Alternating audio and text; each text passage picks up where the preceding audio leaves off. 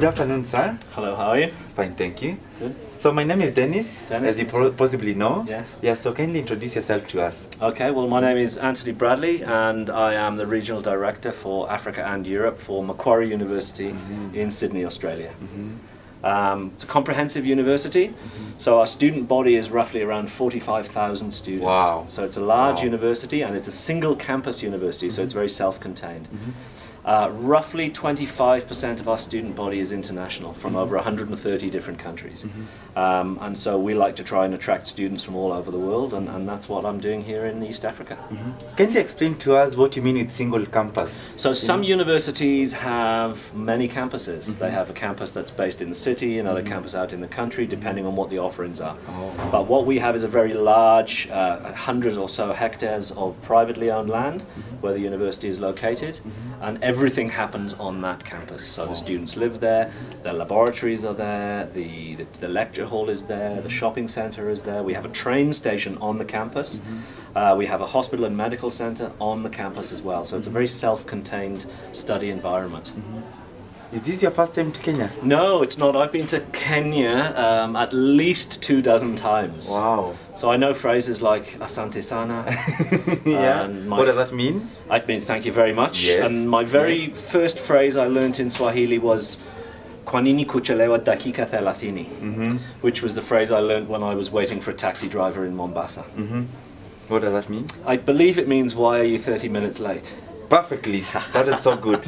Yes. So, why did you choose to come for this particular fair? Right, okay, well what we've noticed is that for Maquarie University in particular, we've noticed a lot of interest among African students. Oh, wow. We have as I said, we're a comprehensive university and we offer undergraduate degrees, master's degrees, PhD programs in everything from business, science, health, humanities, you name it.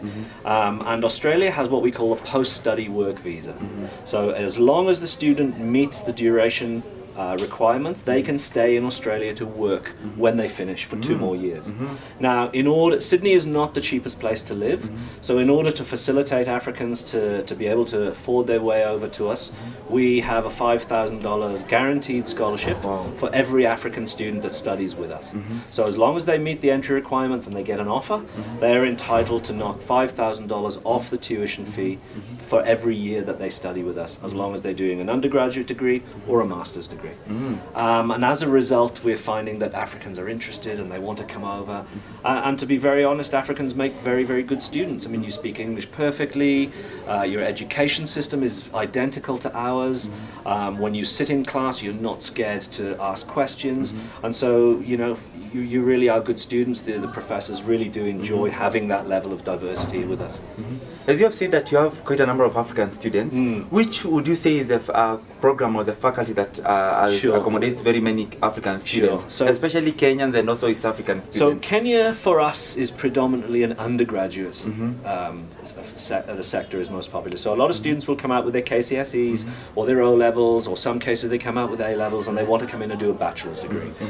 Mostly I would say they're going into business programs. So they like their commerce and they like their economics and they like their Bachelor of Business Administration.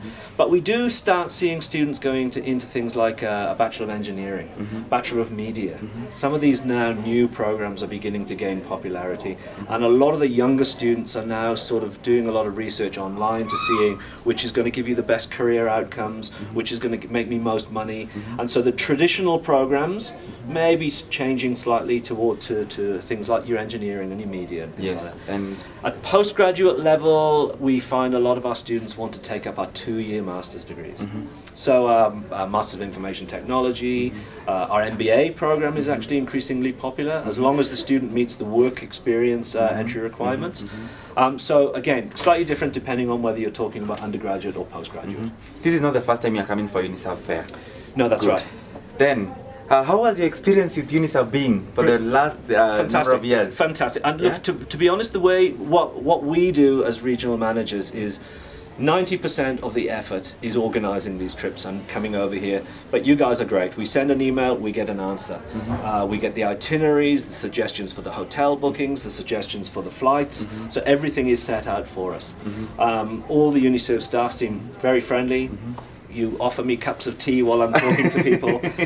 So it's a very easy environment to work. I mean, we do our advising, and then you guys are following up with the students. And to be honest, this, what we're all about is relationship building. It's really, really important that you establish good relationships with students, with staff, with school coordinators and things like that. So as far as I'm concerned, I'm extremely happy to be here working with you guys. It's you're very easy to work with, friendly, communicative, easy to engage with, which for me is the integral part of that. And be sure by the time you're done with this interview, you'll find 2 cups of coffee waiting for you. Fantastic. I like it. Looking forward to it. I'm getting a bit dry here. Okay. So now the other thing would be, why did you choose to come for this particular fair? Oh, like I said, we know Uniserv is a good representative from Maquarie University. We have seen an uptake in interest from Kenya. We also don't allow African students to apply directly to Maquarie, so they have to come through a representative. So that's why we use you. We work closely with you on this. I mean, I can talk until the cows come home about programs and things, but we leave a lot of the background work in terms of the pre-departure information, the guidance and counselling that you give to the students for where they can stay. Visa application processes, these are things that we can't do because we come in, we talk to the students and then we leave. And so that's why we rely on you for that back-end work. That's the real key. The conversion and everything is really done at the back end. Yes. So, as you're winding up, what are your expectations from this fair? Well, we would like to see not only, what we're essentially trying to do is to raise the profile of Maquarie University in this part of the world. But we would like to see, more students coming through. We'd like to see applications. We would like to see students actually arrive on shore.